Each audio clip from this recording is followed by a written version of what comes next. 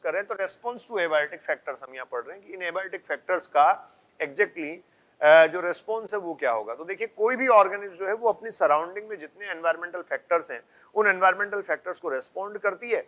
अब आप ये कहेंगे वो रेस्पॉन्स कैसे दे पाती है, तो वो उन एनवायरमेंटल फैक्टर्स में होने वाले चेंजेस जो हैं उन चेंजेस को सेंस करने की कैपेबिलिटी रखती है। These organism, all organism have the capability to sense the environment. उसको पता लगता है कि चेंज हुए हैं। तो देखिए ये कह रहा है organism living in habitat cope और manage with the stressful conditions. अब एनवायरमेंटल कंडीशंस चेंज होती हैं, स्ट्रेसफुल आती हैं, एक्सट्रीम कंडीशंस होती हैं, तो उनके साथ भी वो अपना एडजस्टमेंट करने का एफर्ट करता है और वो जो एडजस्टमेंट है वो ही उसके सर्वाइवल को मेंटेन करता है। Many species would have evolved a relatively constant internal environment with the body। जैसे देखो ये जो ग्राफ दे रखा है मैं इसी से कोरिलेट इसको करता हूं।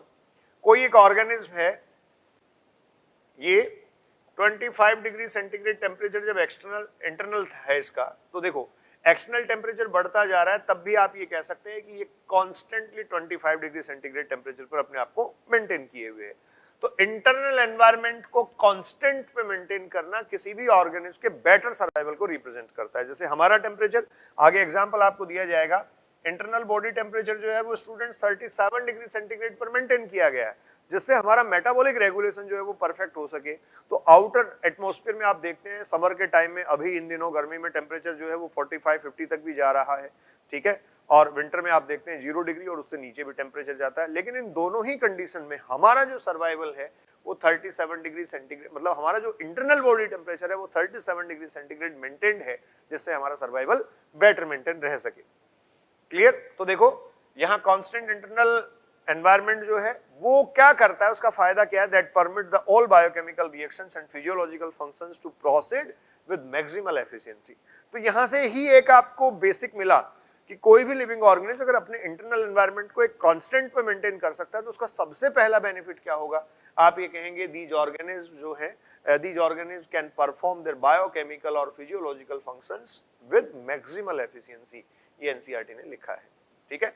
और इससे क्या होगा, तो आप कहेंगे thus it increase और enhance the overall fitness।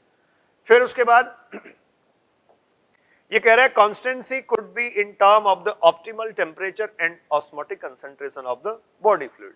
तो ये जो constancy है, ये constancy या जो internal environment को constant पे regulate करने का process है, इसको हम temperature के केस में पढ़ सकते हैं, और दूसरा आप कह सकते हैं osmotic रेगुलेशन जो है उसके केस में पढ़ सकते हैं। Means osmotic concentration and temperature जो है स्टूडेंट्स, ये दो पैरामीटर आपके पास हैं जिससे इंटरनल एनवायरनमेंट को कांस्टेंट पे मेंटेन करना हम देख सकते हैं, और उसको करने के बेनिफिट्स क्या है उनको भी हम डिस्कस कर सकते हैं। क्लियर? तो देखिए यहां मैंने एक टर्म लिखा है होम्योस्टेसिस। एनसीईआरटी होम्योस्टेसिस जो लिखती है, क्या है homeostasis? Homeostasis is the maintenance of internal environment at constant with or by the physiological regulation. First of all,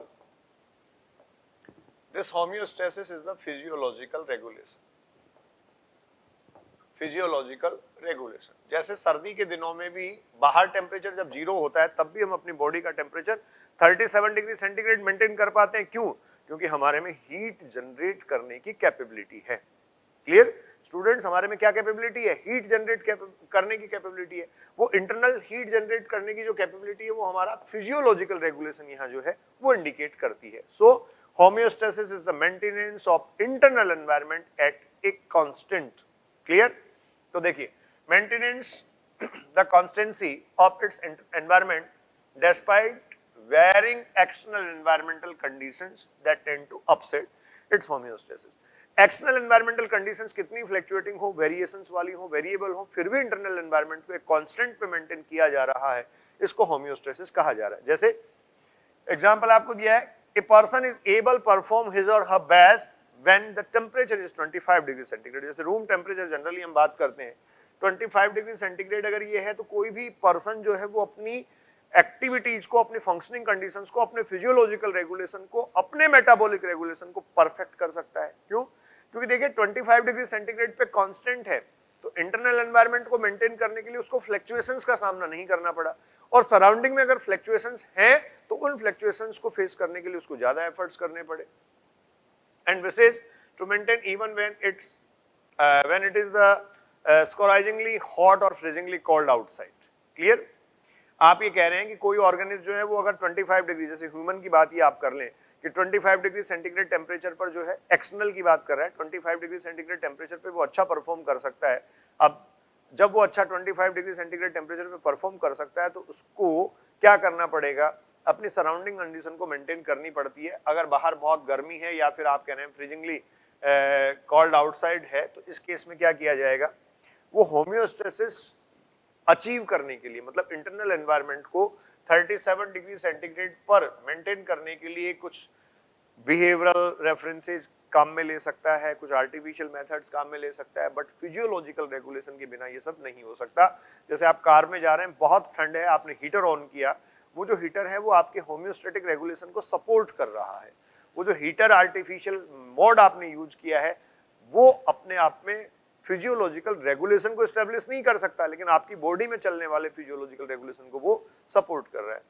गर्मी के दिनों में एसी का आप इस्तेमाल करते हैं, तो वो एसी है वो आपकी सराउंडिंग को ठंडा कर रही है, कोल्ड बना रही है, जिससे बाहर टेम्परेचर जो बढ़ रहा है उस बढ़ते हुए टेम्परेचर के साथ साथ आपके बॉडी का टेम्परेचर नहीं बढ़े, वो 37 डिग्री सेंटीग्रेड पर ही मेंटेन रहे। क्लियर? तो देखो वर्क प्लेसेज पर आपको यह बता रखा है कि एयर कंडीशंस और समर में एयर कंडीशंस और विंटर में जो है वो हीटर वगैरह यूज किए जाते हैं, तो उसकी जो परफॉर्मेंस है वो मैक्सिमम हो सकती है regardless of the weather around him or her. उसके आसपास जो वेदर है उसको छोड़ते हुए या उसको बिना आप ये कह सकते हैं वो इंटरफेयर किए उसकी परफॉर्मेंस बेस्ट हो सकती है। अब आपने एसी चला रखा रूम में, तो बाहर टेम्परेचर 50 डिग्री सेंटीग्रेड हो तब भी आपकी वर्किंग एफिशिएंसी बनी रहेगी। ठीक है? फिर देखिए बच्चों, आगे आपको दे रखा है कि ये जो होम्योस्टेटिक प्रोसेस है इसको अचीव जब किया जा रहा है, तो होम्योस्टेटिक रेगुलेशन का जो प्रोसेस है वो दो टाइप के ऑर्गेनिज्म कंफर्म करता है। सम ऑर्गेनिज्म अचीव और they are characterised by the internal physiological regulation. तो जो इंटरनल फिजियोलॉजिकल रेगुलेशन कर सकते हैं वो रेगुलेटर है। इनको मैं कह सकता हूं these organism are the regulators, और रेगुलेटर्स ही नहीं है, ये क्या है, होम्योस्टैटिक रेगुलेटर्स। क्लियर? ये स्टूडेंट्स होम्योस्टैटिक रेगुलेटर्स हैं। इन होम्योस्टैटिक रेगुलेटर्स को आप देखिए तो ये कह रहा है some organism are able to maintain homeostasis by physiological. तो बेसिकली तो फिजियोलॉजिकल रेगुलेशन है, but some time behavioural also which ensure the constant body temperature. 37 degree centigrade पे आपको मेंटेन करना था, तो आप फिजियोलॉजिकल रेगुलेशन तो करते हैं, बट सम टाइम बिहेवियरल। जैसे आपकी इंटरनल बॉडी रेगुलेशन चल रहा था 37 डिग्री सेंटीग्रेड अचीव करने के लिए, बाहर जब बहुत ठंड थी तो आप कुछ देर धूप सेकने के लिए बैठ गए या आपने अपने आसपास हीटर चला लिया। तो ये ऑर्गेनिज्म जो अपने इंटरनल एनवायरनमेंट को एक कांस्टेंट पे मेंटेन करना, मतलब होम्योस्टेसिस एस्टेब्लिश करने के लिए अपना फिजियोलॉजिकल रेगुलेशन जो रखते हैं उनको रेगुलेटर्स कह सकते हैं, और आप उनको होम्योस्टेटिक रेगुलेटर कह सकते हैं। क्लियर? ये जो रेगुलेशन है वो टेम्परेचर के केस में आ सकता है, ये रेगुलेशन ऑस्मोटिक कंसंट्रेशन के केस में बच्चों आ सकता है। फिर देखिए यहाँ कहा गया all birds and mammals and a very few lower vertebrates, birds में है, मैमल्स में है, and few lower vertebrates and invertebrate species are indeed capable of such regulation. तो ये जो होम्योस्टैटिक रेगुलेशन है दो टाइप का है, एक थर्मो रेगुलेशन जो टेम्परेचर के केस में आपको कहा गया, और दूसरा ऑस्मो रेगुलेशन जो ऑस्मोटिक कंसंट्रेशन के केस में बच्चों आपको कहा गया। कौन से ऑर्गेनिज्म कर सकते हैं, तो बर्ड्स कर सकते हैं, मैमल्स कर सकते हैं, and very few lower vertebrates and invertebrates ऐसा कर सकते हैं। देखिए अब आप ये कहेंगे कि ये इंटरनल एनवायरनमेंट जो है वो कांस्टेंट पे मेंटेन करने वाले ऑर्गेनिज्म तो काफी कम है, तो इंटरनल एनवायरनमेंट कांस्टेंट पे मेंटेन करने से फायदा क्या हुआ, मतलब होम्योस्टैटिक रेगुलेटर होने का बेनिफिट क्या हुआ। तो होम्योस्टैटिक रेगुलेटर होने के बेनिफिट्स देखिए क्या है, क्विक रेस्पॉन्ड वो कर सकता है, सेलुलर एफिशिएंसी उसकी बढ़ सकती है, जो आपने पीछे पढ़ा था बायोकेमिकल एंड फिजियोलॉजिकल एक्शंस जो हैं वो मैक्सिमम एफिशिएंसी के साथ हो सकते हैं, ओवरऑल उस ऑर्गेनिज्म की फिटनेस बढ़ सकती है, और आप ये कह सकते हैं इवोल्यूशनरी वो मोस्ट सक्सेसफुल हो सकता है जैसे कि ह्यूमन है। यहाँ यही कहा गया है जो इवोल्यूशनरी बायोलॉजिस्ट हैं they believe that the success of mammals is largely due to their ability to maintain the constant body temperature and thrive whether they live in Antarctica or in the Sahara desert। तो जो human है आप उसको Antarctica में छोड़े या Sahara desert में छोड़े, दोनों ही कंडीशन में वो अपने इंटरनल बॉडी टेम्परेचर को कांस्टेंट पर मेंटेन करने की फिजियोलॉजिकल रेगुलेशन की कैपेबिलिटी होल्ड करता है, इसलिए आप उसको कह सकते हैं वो स्टूडेंट्स क्या है, रेगुलेटर है और होम्योस्टेटिक रेगुलेटर होने का ये बेनिफिट है। एक और एग्जांपल से मैं एक्सप्लेन करता हूं, आपको आगे एडेप्टेशन में दे रखा है कि जब आप हाई एल्टीट्यूड पे जाते हैं तो एल्टीट्यूड सिकनेस आप में आता है, सफोकेशन होती है, आपको घुटन होती है, और वो जो एल्टीट्यूड सिकनेस है उससे आप इंस्टेंटली ओवरकम कर लेते हैं। और क्यों ओवरकम कर लेते हैं? Because you have the ability to regulate physiologically, आप फिजियोलॉजिकल रेगुलेशन आप में है तो आप मेंटेन कर पाते हैं, और वो जो मेंटेनेंस आप में है उस मेंटेनेंस की कैपेबिलिटी ही आपको वहां स्टैब्लिश करने को अलाउ करती है। That is basically the quick response. तो जैसा मैं अभी कह रहा था कि रेगुलेटर होने का एक बेनिफिट ये हुआ कि आप क्विकली रेस्पॉन्ड कर पाए, क्विक रेस्पॉन्स की कैपेबिलिटी आप में आई।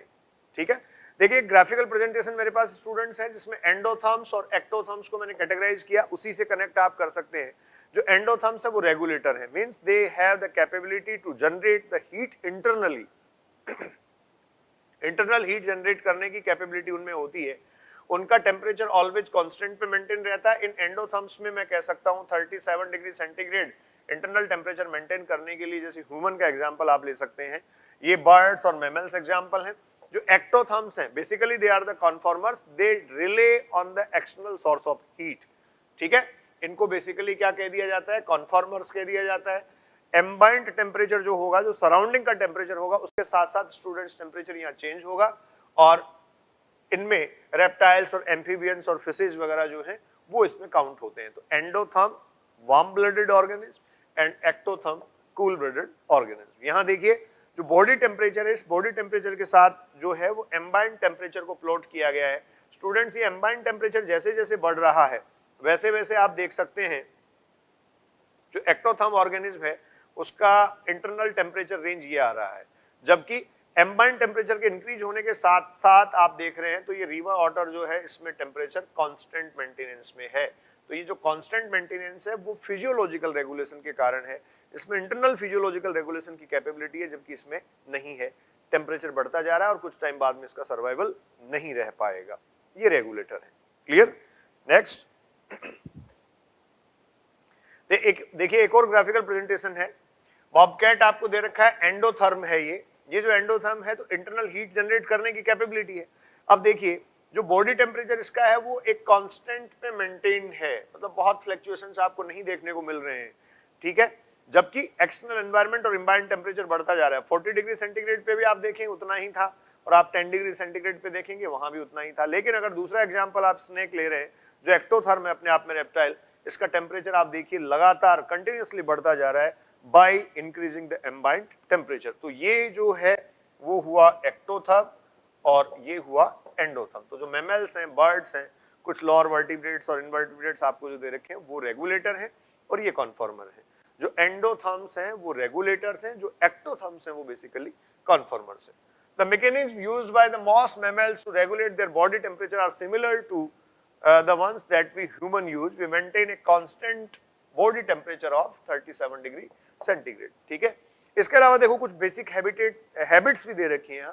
When in summer, when outside temperature is more than our body temperature, we sweat profusely.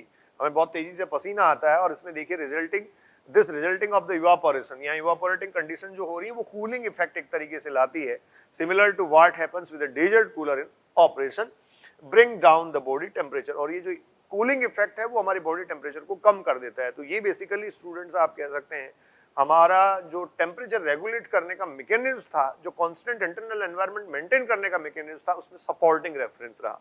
ठीक है, विंटर में आपको कह रहा है कि 37 डिग्री सेंटीग्रेड आपको मेंटेन करना था, लेकिन वहां क्या हुआ, we start severe kind of the exercise which produce heat and raise the body temperature.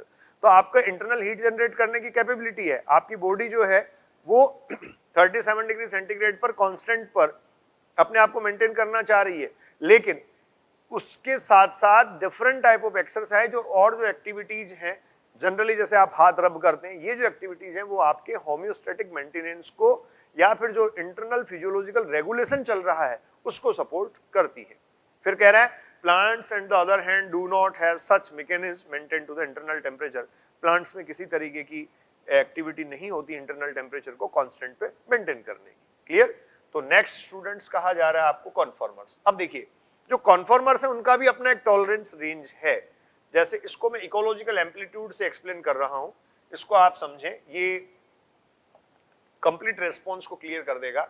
मैंने अभी आपसे कहा था 0 डिग्री सेंटीग्रेड टेम्परेचर से लेकर 50 डिग्री सेंटीग्रेड टेम्परेचर पर स्टूडेंट्स यहाँ कोई ऑर्गेनिज्म सर्वाइव करता है, किसी भी एक पर्टिकुलर ऑर्गेनिज्म का सर्वाइवल है।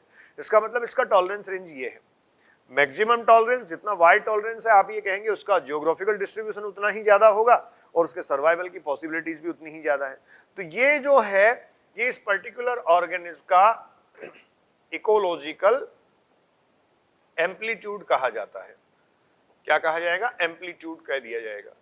बट अगर मैं ये कहूं कि कोई ऑर्गेनिज्म जो है वो अपने आप में नैरो रेंज में सर्वाइव करती है, तो ये नैरो रेंज में हमने ले लिया। कोई दूसरा एग्जांपल आप मान लीजिए, तो ये जो था इकोलॉजिकल एम्पलीट्यूड जिसका वाइड था उसको हम रेगुलेटर कह सकते हैं और इसको मैं कॉन्फॉर्मर कह सकता हूं। ठीक है, कैसे? ये वाइड रेंज इसलिए टॉलरेट कर सकता है क्योंकि इसमें इंटरनल फिजियोलॉजिकल रेगुलेशन की कैपेबिलिटी है, और ये नैरो रेंज में ही रेस्ट्रिक्टेड है बिकॉज इंटरनल फिजियोलॉजिकल रेगुलेशन की कैपेबिलिटी इसके पास स्टूडेंट्स नहीं है। क्लियर हुआ? तो देखिए, the body temperature change with the ambient temperature, अगर ऐसा हो रहा है तो इसका मतलब है इंटरनल फिजियोलॉजिकल रेगुलेशन की कैपेबिलिटी नहीं है और वो क्या होंगे? कॉन्फॉर्मर। तो फाइनल एक पॉइंट आप मेंशन कर लीजिए, ये सारी बातें उसी के रेफरेंस में लिखी हुई हैं। What is the basic difference in between the regulator and conformers? Conformers ऐसा नहीं है कि एम्बाइंट टेम्परेचर में चेंज हुआ और चेंज होते ही कॉन्फॉर्मर्स जो है वो एनवायरमेंट के लिए एनवायरमेंट पे सरेंडर कर देते हैं। जैसे कोई ऐसा ऑर्गेनिज्म है जो अपने आप में इंटरनल रेगुलेशन की कैपेबिलिटी नहीं रखता, फिजियोलॉजिकल रेगुलेशन की कैपेबिलिटीज उसमें नहीं है, तो ऐसा बिल्कुल नहीं होगा कि सराउंडिंग में चेंजेस होते ही या सराउंडिंग में होने वाले चेंजेस के साथ ही वो अपने आप को सरेंडर कर देगा, नेचर के सामने सरेंडर कर देगा और कह देगा कि मुझे मार दिया जाए, मेरे से ये जो है वो मेंटेन नहीं हो सकता। ऐसा कभी नहीं होगा। हर एक परिस्थिति में, हर एक सिचुएशन में वो भी मेंटेन करने का एफर्ट करेगा, लेकिन हाँ, उसके मेंटेनेंस के जो एफर्ट्स हैं वो फिजियोलॉजिकल रेगुलेशन वाले नहीं है, फिजियोलॉजिकली वो रेगुलेट नहीं कर सकता। तो ओबियस है उसका टॉलरेंस रेंज और उसका रेगुलेशन जो है वो नैरो होगा, और वो जो नैरो रेगुलेशन है वो इसलिए है क्योंकि फिजियोलॉजिकल रेगुलेशन वहां एब्सेंस है, तो उनको तो आप कहेंगे कॉन्फॉर्मर्स। तो रेगुलेटर और कॉन्फॉर्मर्स के बीच जो डिफरेंस है अल्टीमेटली वो है फिजियोलॉजिकल रेगुलेशन। जो osmo regulation and thermo regulation है स्टूडेंट्स, उसको फिजियोलॉजिकल मेंटेनेंस के साथ या फिजियोलॉजिकल रेगुलेशन के साथ अगर रेगुलेट किया जा रहा है तब तो ऑर्गेनिज्म रेगुलेटर हो जाएगा, अदरवाइज ऑर्गेनिज्म क्या होगा? कॉन्फॉर्मर होगा। ठीक है, फिर देखिए एक्वेटिक एनिमल्स का एग्जांपल देते हुए कह रहा है कि ऑस्मोटिक कंसंट्रेशन जो होती है वो बॉडी फ्लूइड की उनकी चेंज होती रहती है विद द एम्बाइंड कंसंट्रेशन, लेकिन अगर वो कांस्टेंट पे मेंटेन रहे तो उसको क्या कह सकते हैं आप? Regulator. Benefits of a constant internal environment, internal environment जो है उसका बेनिफिट क्या है अगर वो कांस्टेंट पे रहता है, मतलब होमियोस्टेसिस होने का क्या बेनिफिट है? तो देखिए ये कह रहा है conformers had evolved not evolved to become regulator, thermoregulation is energetically expensive for many organisms. This is particularly true for small animals like shrew and the hummingbirds. देखिए दो इंपॉर्टेंट बातें यहाँ से क्लियर करनी है। Benefits of the constant internal environment जो मैंने पहले भी आपको बताया था, होम्योस्टेटिक होने के फायदे क्या हैं? क्विक रिस्पॉन्स की कैपेबिलिटी आएगी, सेलुलर एफिशिएंसी बढ़ जाएगी, उसका सर्वाइवल डेफिनेटली ऑर्गेनिज्म का बढ़ेगा। लेकिन आप जानते हैं इंटरनल फिजियोलॉजिकल रेगुलेशन जो होगा वो एनर्जी बेस्ड प्रोसेस होता है, उसमें एनर्जी के एक्सपेंसेस काफी ज्यादा होते हैं। अब एक क्वेश्चन ये बनता है कि इस इवोल्यूशनरी प्रोसेस में अब तक बहुत सारे ऑर्गेनिज्म जो हैं उन्होंने अपने आप को होम्योस्टेटिक रेगुलेटर क्यों नहीं कर लिया? तो बहुत सीधा जवाब है कि देखिए चाहे इंटरनल फिजियोलॉजिकल रेगुलेशन की कैपेबिलिटी हो, होम्योस्टेटिक रेगुलेटर जो होता है उसकी भी अपने आप में एक रेगुलेटिंग रेंज है। जैसे मैं ये मान लूं 0 डिग्री सेंटीग्रेड से 50 डिग्री सेंटीग्रेड तक हम टॉलरेट करने की कैपेबिलिटी रखते हैं, तो क्या ऑलवेज आप टॉलरेट कर पाएंगे? 0 डिग्री सेंटीग्रेड से नीचे अगर टेम्परेचर जा रहा है -20 30 तक आप टॉलरेट कर सकेंगे, और इधर आप 60 70 तक क्या टॉलरेट कर पाएंगे? तो आप कहेंगे हमेशा तो आप भी टॉलरेट नहीं कर सकते। इसका मतलब इंटरनल फिजियोलॉजिकल रेगुलेटर हुआ वो भी एक रेंज में ही टॉलरेट कर सकता है, और जो कॉन्फॉर्मर हुआ वो भी एक रेंज में ही टॉलरेट कर सकता है। जो रेगुलेटर है उसकी रेंज वाइड हो सकती है क्योंकि उसके पास फिजियोलॉजिकल रेगुलेशन की कैपेबिलिटी है। क्लियर? तो बेनिफिट्स तो आपने क्लियर कर लिए। तो क्यों बहुत सारे ऑर्गेनिज्म ने अपने आप को अब तक रेगुलेटर नहीं बना लिया है? क्या रीजन है? बहुत क्लियरली लिखा है, this physiological regulation is energetically expensive process, जिसमें बहुत सारे लिविंग ऑर्गेनिज्म अफोर्ड नहीं कर सकते। जैसे कहा गया आपको कि जो स्मॉल एनिमल्स हैं लाइक श्रू एंड हमिंग बर्ड्स जो हैं वो इतना एनर्जी जनरेट नहीं कर सकते, इसलिए उनमें ये रेगुलेशन प्रोसेस नहीं है। ठीक है, यहां एक स्टेटमेंट दे रखा है, heat loss and heat gain is the function of the surface area. वो जो स्मॉल एनिमल्स हैं वो लार्जर सरफेस एरिया रखते हैं रिलेटिव टू देयर वॉल्यूम, तो बहुत ज्यादा एनर्जी लॉस वो नहीं कर सकते, या एनर्जी आप ये कह सकते हैं वो जनरेट नहीं कर सकते रेगुलेशन के लिए। उनकी बॉडी से हीट लॉस जो है वो बहुत फास्ट होगा, तेजी से होगा। जब बाहर आप ये कह सकते हैं टेम्परेचर कम होगा, then they have to expend much energy to generate the body heat through the metabolism। यही मेन रीजन है कि very small animals are rarely found in the polar regions। जो पोलर रीजन्स हैं उनमें स्मॉल एनिमल्स की presence नहीं होती है।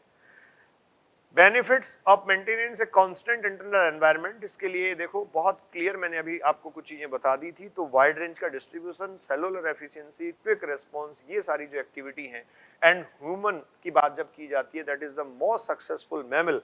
तो वो क्यों है, वो आप ये कह सकते हैं इसीलिए है क्योंकि उसमें इंटरनल मेंटेनेंस या इंटरनल एनवायरनमेंट को मेंटेन करने की कैपेबिलिटी है।